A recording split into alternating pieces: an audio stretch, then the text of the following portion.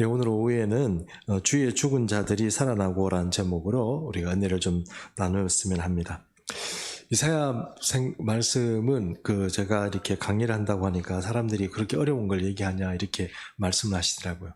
왜 그러냐면 이사야를 읽을 때 이 관점이나 이런 것들이 매우 중요합니다. 근데 이 관점이라는 것이 그냥 막 만들어지는 것이나 공부를 좀 한다고 생기는 게 아니거든요.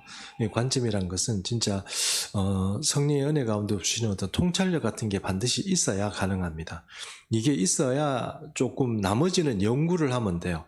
역사적인 문제나 어떤 그런 문제들은 학자들이 어떤 주장을 했나 아니면은 나름대로 공부를 해가면서 하면 되는데, 아니면은 이게 아무리 공부를 한 분이라도 이게 뭐라 그럽니까? 연결이나 이런 것들이 매듭이 제대로 잘 안 이어지기 때문에 통찰력이 매우 중요합니다. 그래서 우리가 26장 또 읽을 때 이 이야기를 잘 생각해 보면 24장부터 시작해서 24장, 5장, 6장 이게 계속 연결된다는 생각을 하고 보셔야 이 내용들이 이해가 됩니다.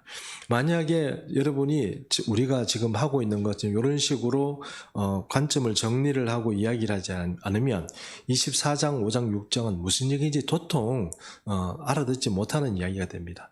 그래서 그런 것 때문에 이사야 강의를 그렇게 하냐 이렇게 하는 목사님들도 계시고 그렇습니다. 그게 이사야가 쉽지 않기 때문에 그렇습니다. 그것은 학구적인 어떤 연구에 그런 실력이 있다 없다 이런 문제가 아니고, 제가 말씀드린 것처럼 통찰력의 문제입니다. 이 통찰력이 있어야 이 이야기들을 이해할 수 있고, 그리고 오히려 이런 통찰력이 있어야 우리가 흔히 말하는 이 이단들의 이야기가 주로 종말론 얘기 아닙니까? 이 종말론은 가지고 얘기하는 거거든요. 근데 이게 대비가 돼요. 이해가 다 돼요. 이해가 되고 종말론자들이 얘기하는 이야기가 방어가 됩니다.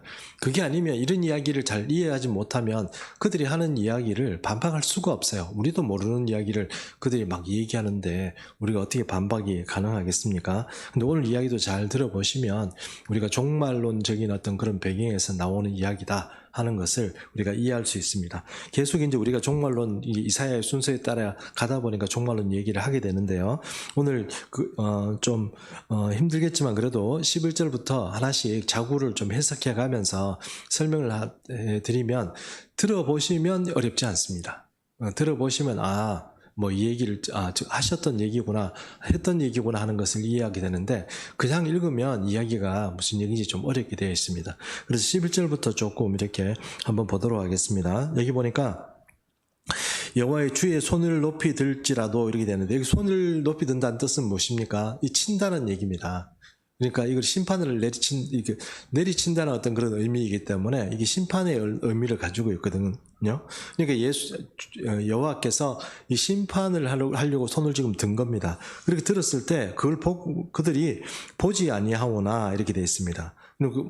하나님께서 심판하겠다고 우리가 이 성경에서 계속 얘기를 하고 종말의 현상들이 성경에서 말하고 있는 것처럼 계속 그런 식으로 얘기를 하더라도 이 세상 사람들은 거기에 대해서 별로 그렇게 민감하게 반응하지 않습니다. 그래서 그런 상태라는 것입니다. 그래서 그런 보지 아오나 백성을 위하시는 주의 열성을 보면 부끄러워할 것이라 이렇게 됐습니다. 그러니까 이 종말의 어떤 현상이라는 것은 결국은 세상을 위한 게 아니고요, 하나님의 백성을 위한 겁니다. 우리가 이 문제에 대해서는 분명히 이렇게 정리를 해야 돼요. 이 종말의 현상이라는 것이 우리를 살리고 우리를 하나님께서 주의 백성으로, 온전한 백성으로 만들기 위해서 하는 건데, 그거를 자꾸 이제 요즘 이렇게 유행하는 것처럼 종말에 이렇다 저렇다 이렇게 육육표가 어떻고 뭐가 어떻고 이런 식으로 자꾸 얘기하는 것은 기독교 안에서도 그런 이야기를 많이 합니다. 선교단체도 그런 얘기를 많이 하고요. 별로 그렇게 도움 안 됩니다. 그게 이제 겁만 주고 그렇거든요. 겁만 준다 해가지고 우리가 사실 또 그 겁을 먹고 또 우리가 마음을 경계를 가지고 또 새로 이렇게 정신을 차리면 좋은데, 사실 그런 거 제가 해보니까 겁만 먹고 별로 그렇게 도움이 안 되더라고요. 어쨌든 하나님께서 우리를 위해서 만들어 가는 세상이 올 것이다 하는 것을 좀 알고, 그것이 종말이라는 것입니다. 그리고 그것은 반드시 이 악한 자들에 대한 심판이 병행하게 되어 있다 하는 것입니다. 그 12절 말씀은 넘어가고요. 13절 말씀 바로 한번 보도록 하겠습니다. 여호와 우리 하나님이시여 주 외에 다른 주들이 우리를 관할하였사오나 우리는 주만 의지하고 주의 이름을 부리리이다 됐습니다. 주 외에 다른 주라고 얘기하면 이것을 이게 두 가지로 해석할 수 있겠죠. 한 사람은 한 이야기는 뭐냐면은 주 외에 다른 주 이렇게 하면 여호와 외에 다른 신을 말하는 것이고요. 그렇죠? 다른 신을 말하는 것이고, 또 한 가지는 뭐냐면은 하나님을 대신한 세상의 어떤 권력을 가지고 있는 사람들이다 이렇게 얘기할 수가 있습니다. 근데 원어의 뜻에 따라서 우리가 이것을 해석해 보면 주 외에 다른 주라고 얘기하는 것은 사실은 영적 존재를 말하는 겁니다. 사람을 말하는 게 아니에요. 그래서 우리가 그 다니엘서에 나와 있는 것처럼 바사국왕 이렇게 얘기할 때 그 바사국왕이 실제로 페르시아 왕을 말하는 것이 아니고 페르시아 왕의 뒤에서 움직이는 어둠의 영들을 말합니다. 어둠의 지배력을 가지고 있는 그 영을 말해요. 그 페르시아 왕이 다니엘이 기도할 때 아시다시피 가브리엘이 하나님의 응답을 가지고 다니엘에게 왔을 때 바사 국왕이 와서 군대 장관이 와서 어떻게 합니까? 가브리엘이 못 가도록 막아버리죠. 근데 사람이 어떻게 막겠습니까? 가브리엘 천사장을. 근데 그거는 여러분 말씀드린 것처럼 영적인 존재입니다. 그러니까 페르시아라는 왕 그 뒤에서 역사하는 영적 존재를 말하는 겁니다. 이게 일반적인 교회에서 잘 얘기를 안 하니까 좀 이해하기가 좀 힘들겠지만 그게 언제부터라고 제가 몇 번 말씀드렸는데 혹시 기억나십니까? 이 영적 존재들이 언제부터 이 세상의 사람들과 민족들의 어떤 지배력을 가지게 되었다고 말씀드렸는데 기억이 나십니까?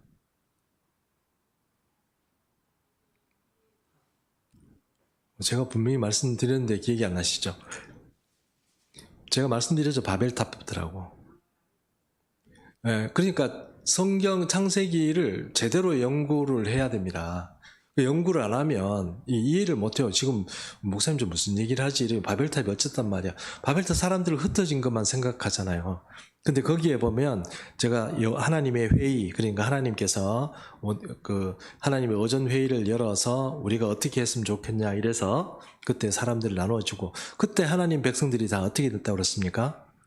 다 흩어지고 온 세상이 70족속으로 갈라졌다고 그랬잖아요. 70족이 갈라지면서 나름대로 그 사람들이 여호와를 섬겨요, 안 섬겨요? 여호와를 안 섬긴다고 그랬잖아요. 그렇죠? 여호와를 안 섬기면서 누구를 섬겨요? 온갖 신들이 생겨나기 시작하죠. 아시잖아요. 그죠? 온갖 신들이 생겨납니다. 근데 신들이 이름이 사람들이 만든 우상인지 아니면 진짜의 어떤 영적 배경을 가지고 있는 건지 모르지만 어쨌든 사람의 어떤 세상 권력 뒤에 움직이는 신들이 있습니다. 사도 바울도 그렇게 얘기했잖아요. 어둠의 세상 주관자들이 있다고 얘기했지 않습니까? 그리고 그 뒤에 누가 있다고요? 공중권세 잡은 자가 있다고. 사탄의 권세 아래 공중권세 잡은 자 그 밑에 보면 어둠의 세상 주관자가 따로 있다는 거예요. 그 주관자들을 누구예요? 여기서 말하는 원어적인 어떤 성경이 이사야서의 11장 13절의 원어적인 의미로 보면 그건 세상의 사람들을 말하는 게 아니에요. 사람들이 말하는 게 아니고 누구냐면 어둠의 세상 주관자들을 말하는 겁니다. 세상의 권력을 행사하는 사실은 그 어둠의 배경을 가지고 있는 사람들이라는 것입니다. 근데 이제 14절에 보면 그게 조금 이해가 안 가는 말을 하죠. 어떤 말이냐면 그들은 죽었은즉 다시 살지 못하겠고 사망하였은즉 일어나지 못할 것이니 이는 주께서 벌하여 그들을 멸하사 그들의 모든 기억을 없이 하였음이다 이렇게 돼 있는데 여기서 그러면 이 사람들이 이 영적인 배경이 있다면 이 영적인 존재들은 죽지 않는 거잖아요. 그렇지 않습니까? 영적인 배경들이 죽지 않은데 그럼 목사님 말씀하고 좀 틀리네요. 13절과 14절의 말씀은 좀 배치되는 거 아니에요? 이렇게 말할지 모르지만 이사야서 제가 언젠가 설명을 할 때 이런 말씀을 드린 적이 있습니다. 너희들은 사람들과 같이 죽을 것이며 여기서 같이라는 것은 사람하고 같이 함께 죽는다는 뜻이 아니고 사람처럼 너희도 죽게 만들어버리겠다 하는 게 하나님의 말씀이에요. 어떻게 죽이는지는 몰라요. 근데 사람을 죽이는 것과 같이 그들이 없애겠다 하는 것이 지금 주님의 말씀이에요. 그러면 지금까지 이 종말의 시간이 되면 하나님께서 이 사람들을 심판하실 때, 심판할 때 우리는 전부 예수 믿는 사람 빼고 예수 제대로 믿지 않는 모든 나라와 사람들에 대해서 심판한다고 생각하는데, 사실은 그 뒷배에 있는 영적 존재에 대한 심판이에요. 네, 그렇습니다. 영적 존재에 대한 심판이요. 그 존재가 있습니다. 그 존재에 대한 심판인데, 그들이 심판받을 때 어떤 식으로 심판받냐 하면, 분명히 요 본문 말고 다른 데도 분명히 제가 말씀드렸습니다. 그들이 사람처럼 죽게 만든다는 것은, 사람처럼 그렇게 자기 생명이 끊어지게 하는, 그러니까 사람이 이렇게 죽으면, 이렇게 우리가 사람이 죽는다고 해서 영혼이 소멸되는 건 아니죠. 이해하시죠? 이거 똑같이 성경에서 죽는다는 얘기는 그들이 처벌을 받는다는 것, 지금처럼 그렇게 되어 있는 것이 아니고, 사람이 결국은 성경이 말하는 죽는다는 것은 최종 심판으로서 사람들이 사망의 풀무불에 들어간다는 뜻이에요. 그러면 그거하고 똑같이 누구도 그렇게 된다는 뜻이에요. 악한 존재들이 그렇게 된다는 거예요. 그 성경에서 말하고 있는 히브리적인 어떤 사관에서는 지옥이라는 것이 사람을 위해서 만들어진 게 아니에요. 원래 누구를 위해서 만들어진 거예요? 이 영적 존재들을 위해서 만들어진 게 지옥이에요. 그런데 사람이 딸려가는 거예요. 누구의 부하로서? 마귀의 부하로서 거기 딸려가는 거예요. 그러므로 하나님을 제대로 믿고 그를 섬기는 사람은 살아나지만, 그렇지 않은 사람들은 이 심판 때에 마귀하고 같이 심판을 받는 거예요. 궁극적으로 말하면 심판은 이 세상 사람들을 심판하기 위해서 그런 것이 아니고, 이 세상의 어둠의 주관자들을 심판하기 위한 거예요. 거기에 딸려서 사람들이 심판받는 것이지, 사실은 심판을 사람들을 위해서 하는 건 아니라는 것을 분명히 이해를 하셔야 돼요. 그럼 그 존재들이 바로 누구를 지배하고 있어요? 누구를 괴롭힙니까? 예수 믿는 사람, 하나님 믿는 사람을 괴롭히는 거예요. 그래서 그들에게서 속박하고 구원해내려고 하는 것, 그것이 주님이 심판의 때에 하려고 하는 거예요. 그걸 빼먹고 자꾸 사람 심판하는 것만 자꾸 염두에 두면 자꾸 칩이 어떻고 육육이 어떻고 자꾸 그런 식으로만 돌아가는 거예요. 그래서 세상에 어떤 사람들이 거래를 못 하는데 그 거래가 어떻고, 그 다 인간적인 생각이잖아요. 성경이 말하고 있는 얘기가 그런 얘기가 아닌데도 사람들이 자꾸 이제 잘못 이해를 하는 거죠. 그러므로 이사야 오늘 이 말씀도 잘 이해해 보셔야 합니다. 주무시면 안 됩니다, 여러분. 중요한 얘기 하고 있습니다. 자, 그래서 또 이렇게 보면 이제 14절의 말씀이 여기 보면 그들의 모든 기억을 없이 하였다 이렇게 말하는데, 그들의 이거 말을 잘못 이해하면요, 여기에 이제 실각하게 되고 하나님이 심판을 받게 되는 이 영적 존재들, 즉 어떤 믿는 사람들까지 통치하던 그 세력들이 기억이 없어진다, 이런 식으로 이해하기 쉬운데, 사실은 그것이 아니고, 앞으로 주님께서 심판하시게 되면 그들이 지배했던 모든 세계의 이 세상에서의 모든 세월들이 다 잊혀져 버린다는 뜻이에요. 보라, 새 날이 우리에게 오면 새 일을 행하시고 그 새 일 때문에 이전 일은 기억지 아니하시고 하는 말이 있죠. 이전 일은 기억나지, 그 말이 이 말입니다. 하나님께서 사람들의, 그러니까 하나님의 백성의 생각들에서 이 어둠의 세상 주관자들, 그들이 지배하는 모든 세상의 기억들을 없애버린다는 뜻이에요. 여기 성경 여기 우리 한글 말이 조금 해석을 잘못했어요. 원어의 뜻이 뭡니까? 이거 영어로 하기도 힘들고, 원어의 뜻으로 보면 사람들의 기억에서 그들의 지배의 시대를 어떻게 해요? 없애버린다는 뜻이에요. 아셨죠? 네, 이제 지금 나중에 읽으실 때 그렇게 읽으셔야지 이게 다시 헷갈리시면 안 돼요. 네, 그 얘기 잘 이해하시고, 요게 우리 해석을 할 때 이제 영어 특히 영어 쪽에 보면, 영어 해석 보면 조금 이제 전부 다 사람들의 기억 속에서 없애는 거예요. 그들을 사람들의 기억 속에서 없애는 거예요. 그들의 기억을 없애는 게 아니고. 이해하셨죠? 예, 우리 한글, 우리 개역 개정이 조금 그런 문제는 조금 있습니다. 그래서 13절 말씀도 여러분이 충분히 이해하셨지 않을까, 이렇게 생각을 합니다.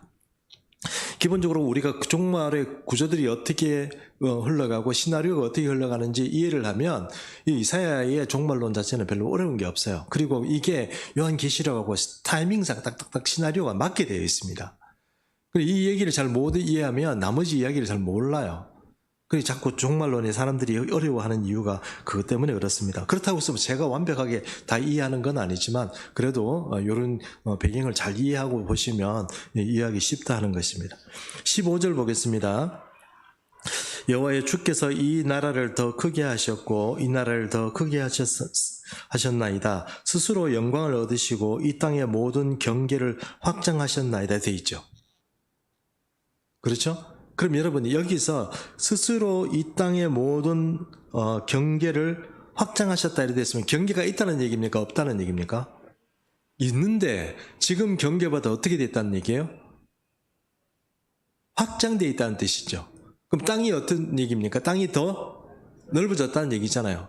제가 지난주에 그 여호와 삼마 얘기하면서 에스겔 시대의 땅이 어떻게 될 것이라고 보여드렸죠. 그때 시리아나 지금 요르단 지방에 있는 땅들이 어떻게 되어 있습니까? 복속이 되어 있죠. 여호와 삼마라는 그 여호와 성전이 여호와의 그 여호와께서 말씀 여호와가 거기 계시다는 그 도시가 생길 때쯤 되면 어떻게 되어 있습니까? 시리아 그 북쪽까지 어떻게 되어 있습니까? 전부 다 복속이 되어 있죠. 그 땅에. 기억나시죠? 그러면 그 얘기는 무슨 얘기입니까?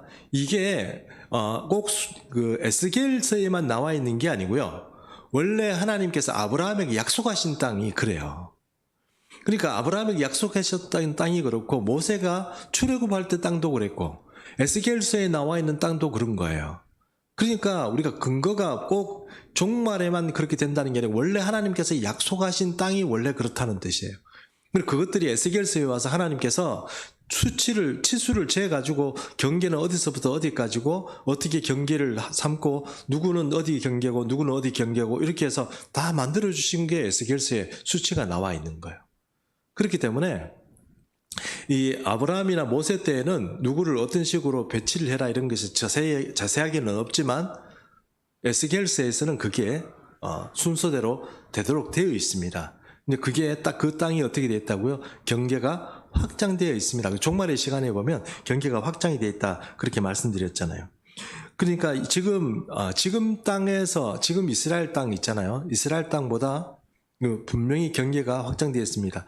주님이 재림을 해오셔서 이 땅에 통치하실 때 그 통치의 캐피털 수도가 어디라고 그랬습니까? 서울이나 워싱턴일 수는 없잖아요. 이해하시죠? 그 예루살렘일 수밖에 없는 거예요. 그러면 주님께서 예루살렘에 오시고 주님이 거기에 계시다고 얘기하는 행정적인 어떤 행정적인 어떤 관청이라고 할까 그게 뭡니까? 그 도시가 여호와 삼마인 거예요. 이해하시죠? 그 여호와 삼마라고 하는 그 도시를 먹여 살리는 땅이 어디에 있다고요? 옆에 땅이 있다고요. 그들에게 녹을 주는 어떤 그런 땅이 있다는 거예요. 그게 바로 에스겔서가 얘기하고 있는 거예요.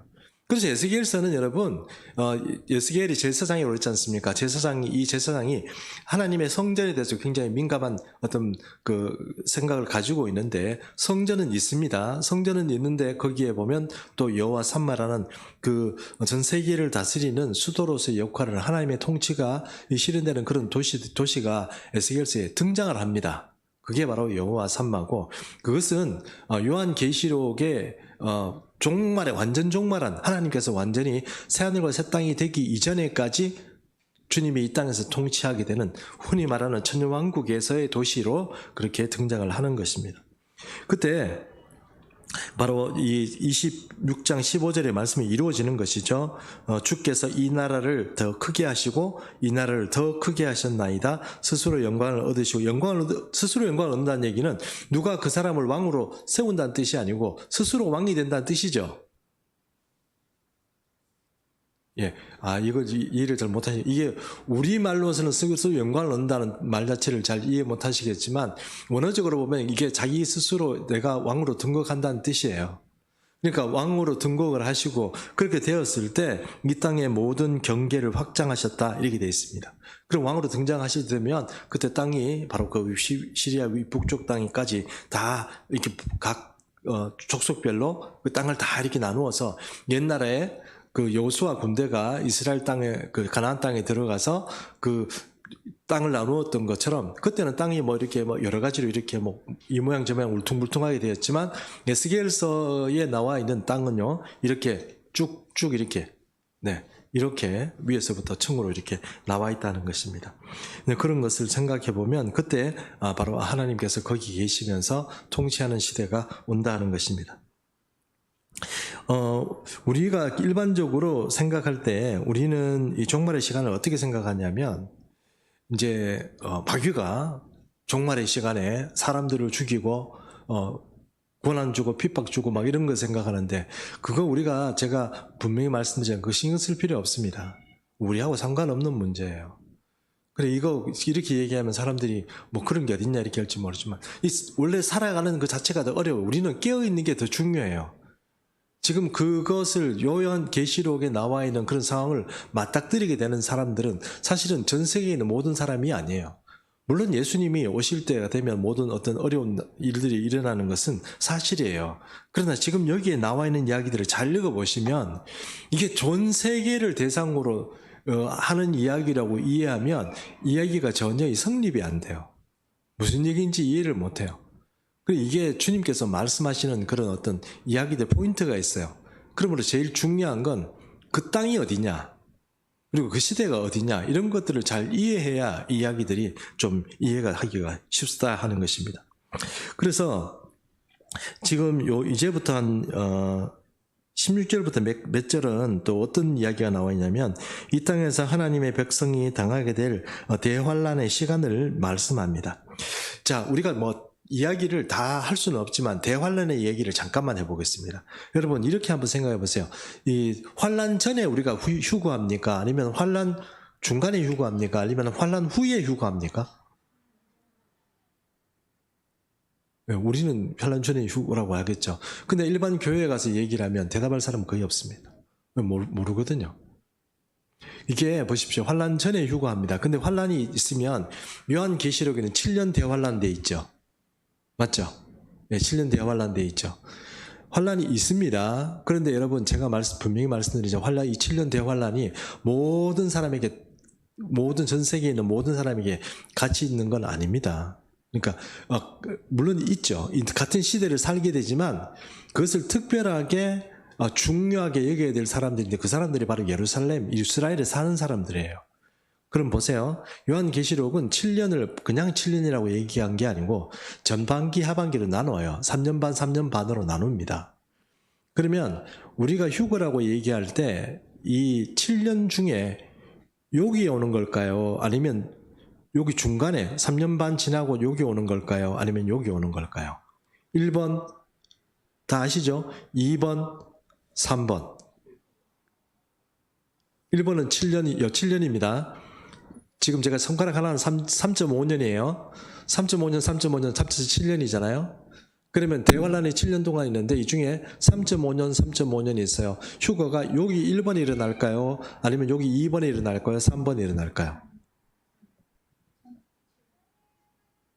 여기 7년 전체고 1번, 2번, 7년 후에 일어날까요? 대환란 후에 일어난다 3번, 대환란 전에 일어난다 1번, 중간에 일어난다. 여러분 혹시 저한테서 교육받으신 분들 맞죠? 2번입니다. 2번. 목사님 그런 게 어딨어요? 그런 시나리오가 어딨습니까? 왜 2번이에요? 제가 요한계시록을 제가 강의를 잘 안 해가지고 여러분 그렇지만 여러분 저한테 아직 배워야 될 게 많습니다. 이제 보니까 아직 시간 많이 걸리겠어요. 그러니까 근데 여러분 보세요. 이게 왜 이 얘기를 하냐면 이사야를 딱 읽어봐도 금방 표시나요. 이사야는 그런 거 없는 얘기 같죠? 아니요, 이사야도 있습니다. 잘 읽어보시면 알아요. 자, 오늘 그런 얘기도 좀 하고 한번 계속 해보겠습니다. 자, 16절 봅니다. 여호와여, 그들이 환난 중에 주를 앙모하여 싸우며 주의 징벌이 그들에게 임할 때에 그들이 간절히 주께 기도하였나이다. 주의 징벌이 임했어요. 그 주의 징벌이 임하는 것은 뭐고 주의 백성들에게 어떤 심판이 임했다는 뜻인데 여기에 보니까 이 사람들이 살려달라고 주님 환난 중에 주를 어떻게 해요? 살려달라고 지금 얘기하는 거예요. 자, 지금 7년 환란이 정확하게 7년 환란이라고 얘기하기는 곤란하겠지만 그래도 어쨌든 이스라엘 백성의 종말의 시간에 당연히 있게 되는 어떤 환란의 시간에 들어가게 됐는데 그때 사람들이 자기 백성들이 당연히 심판당할 것이기 때문에 심판을 당하긴 하겠지만 그때 나를 살려달라고 지금 부르짖는 주의 백성들이 있다는 거예요. 그게 16절이에요. 그러면 17절 한번 보겠습니다. 17절 보니까 여호와여 잉태한 여인이 산기가 임박하여 산고를 겪으며 부르짖음같이 우리가 주 앞에서 그와 같으니이다 되어 있습니다. 자, 이게 지금 아주 어렵습니다. 어려운 상황인데 뭔가 새로운 시대가 도래하고 하나님께서 세우시는 어떤 하나님 나라가 지금 이 출산하려고 해요. 나오려고 해요. 출산을 해가 하나님께서 약속하신 그런 어떤 새로운 시대가 지금 도래하려고 그래요. 근데 엄청 어려워요. 아기가 나오기 전에 상고의 고통이 있는 것처럼 그런 시대가 지금 누구에게? 주의 백성들에게 있는 거예요.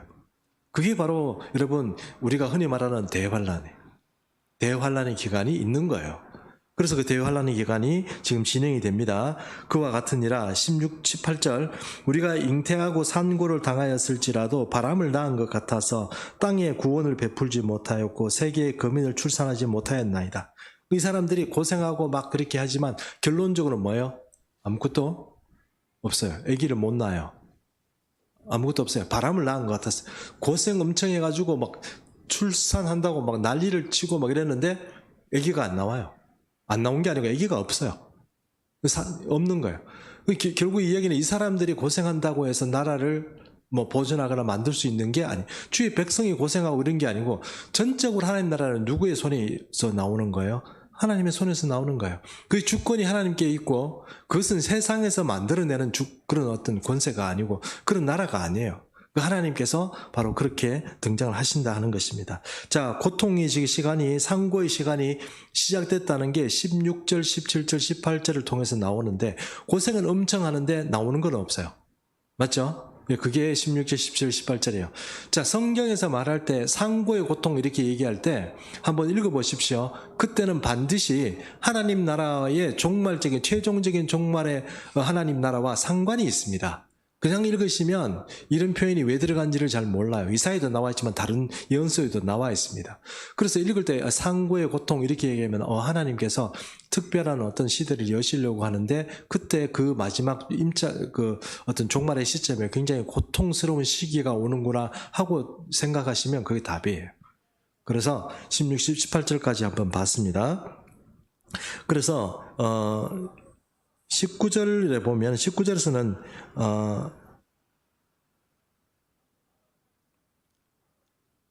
어떤 19절에서는 지금 이제 제가 한번 19절 한번 읽어보겠습니다. 그때 자 주의 죽은 자들이 살아나고 돼 있죠. 맞죠? 예, 그들의 시체들은 이런 날이이다. 티끌에 누운 자들아 너희는 깨어 노래하라. 주의 이슬은 빛난 이슬이니 땅이 죽은 자들을 어떻게 해요? 내어놓는다. 이게 무슨 얘기입니까? 이게 언제 일어나는 거예요? 결국은 종말에 일어나는 일 아닙니까? 우리가 오늘 오전에 봤던 것처럼 부활의 이야기입니다. 부활의 이야기. 부활인데 누가 깨어나요? 사람들이 전체 깨어나요? 주의 죽은 자들만 깨어나요. 이해하시죠? 그게 이 얘기가 바로 19절의 이야기가 우리 두 자로 얘기하면 뭡니까? 휴거입니다. 휴거. 이게 없는 얘기가 아니고 진짜로 있는 얘기입니다. 주의 죽은 자들만 살아나요. 그렇죠?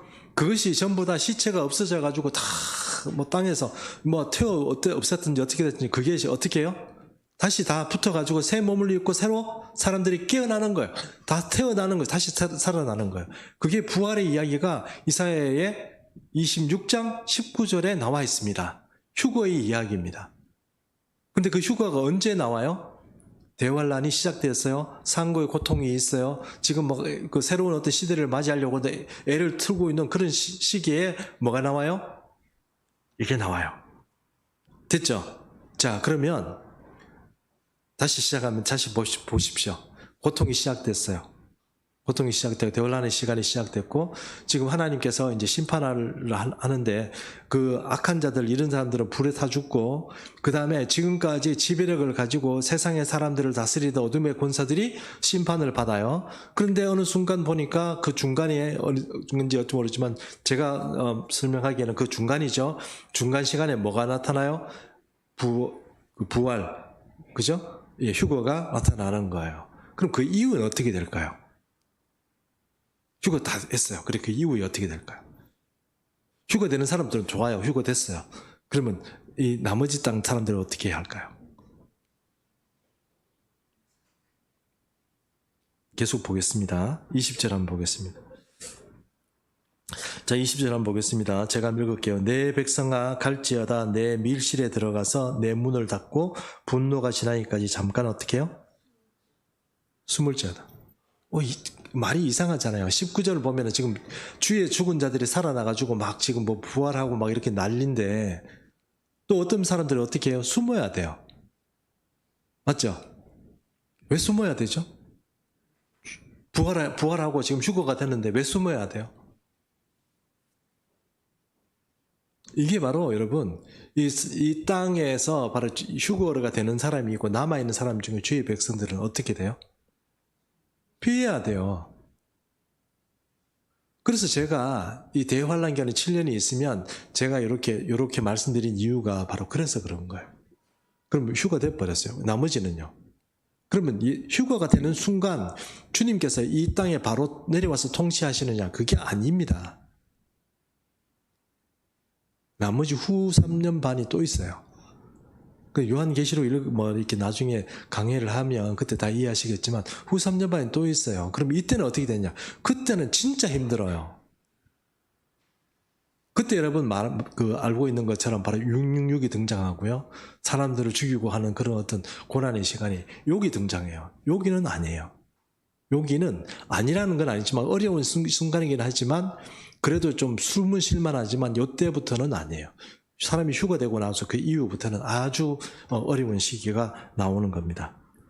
그런 시기가 바로 나오기 때문에 사람들은 어떻게 해야 돼요? 숨어야 돼요.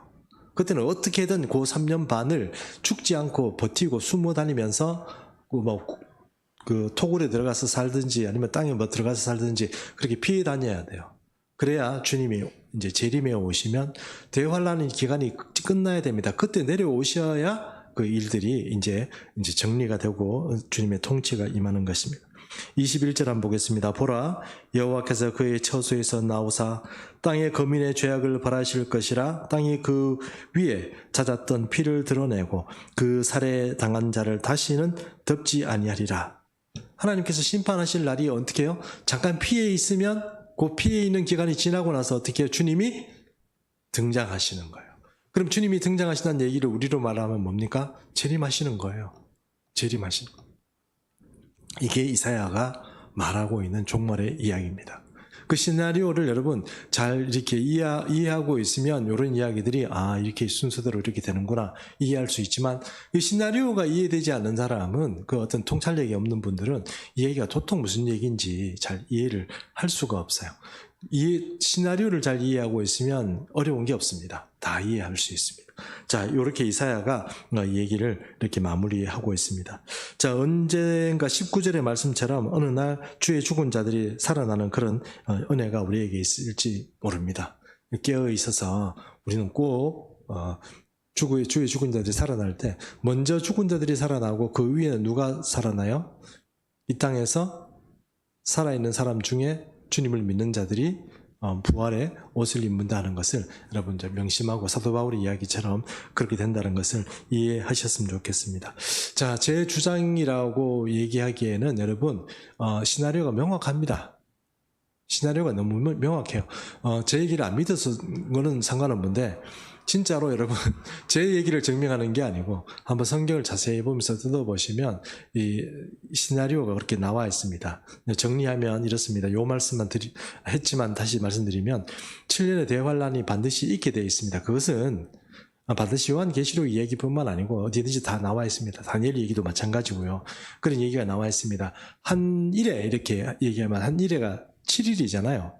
그러면 한 일을 하루로 얘기해서 7년 동안의 환란이란 뜻이에요. 다니엘서에 나와 있는 것처럼 7년 환란인데 그 전반기고 하반기가 있는데 이 전반기와 하반기는 분위기가 틀립니다. 전반기는 뭔가 평화가 있을 것처럼 그런 무드로 가다가 바로 휴거가 나오고 난 이후부터는 문제가 생깁니다. 요 7년 환란 전에는요 지금까지 없던 성전이 생깁니다. 제사를 지낼 수 있습니다. 3년 반 동안만. 그리고 휴거가 지나고 나서 이 3년 반이 딱 지난 시점에 그때부터는 제사를 폐하게 됩니다. 제사를 못 드리게 돼요. 그러면 여러분, 우리가 지금 제사를 지내는 건 아니잖아요. 그럼 누가 성전을 회복하고 제사를 지낸다면 이게 누구 얘기입니까? 유대인 얘기죠. 유대인 얘기죠. 이해하시죠? 유대인 얘기입니다. 그러니까 7년 환란이라는 것이 반드시 모든 사람에게 동일하게 적용된다는 어떤 이야기라기보다는 주로 누구의 얘기입니까? 그렇죠. 그러니까 우리가 이스라엘을 자꾸 주목하고 제가 이스라엘 선교나 이런 어떤 것들을 자꾸 네트워크 연결을 해서 자꾸 관찰하려고 하는 이유는 뭐예요? 그게 척도기 때문에 그래요. 자라고요, 자. 아, 그럼 시나리오가 여기까지 이렇게 진행되는구나 하는 것을 우리가 알 수 있기 때문에 그렇다 하는 것입니다. 세상에 미국을 보고 소련을 보고 중국을 봐도 답이 없어요. 근데 이스라엘을 잘 지켜보시면 이게 그 진행되는 거기에 따라서 아, 성경이 어떤 식으로 지금 어느 정도까지 가고 있구나 하는 것을 이제 이해할 수 있다는 것입니다. 그래서 여러분, 세계적으로 대단한 학자들이 얼마 전에도 제가 아는 분인데 마크 무슨 그 이름을 공개하면 또 제가 그러니까 그분 아주 대단한 유대 학자입니다. 랍비이기도 하고 그런 분인데 한 2년 전인가 예수님 오실 다 됐다 휴거한다 이랬거든요. 그 저는 아니라고 그랬어요.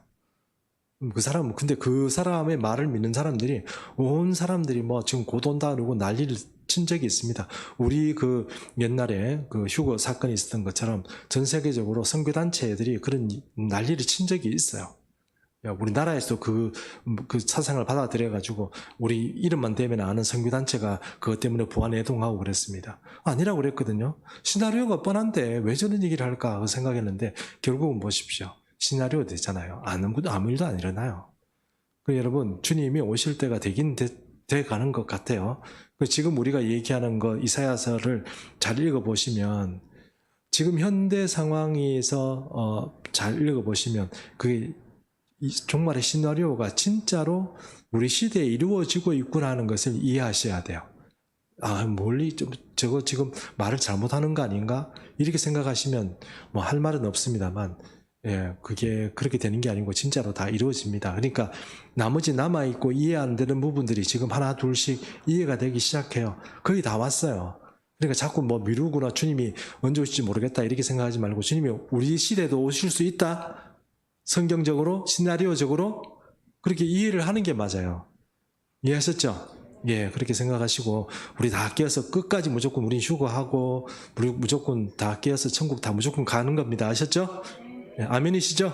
네, 그렇게 알아주시기를 부탁드립니다. 오늘 여기까지 하겠습니다. 기도하겠습니다.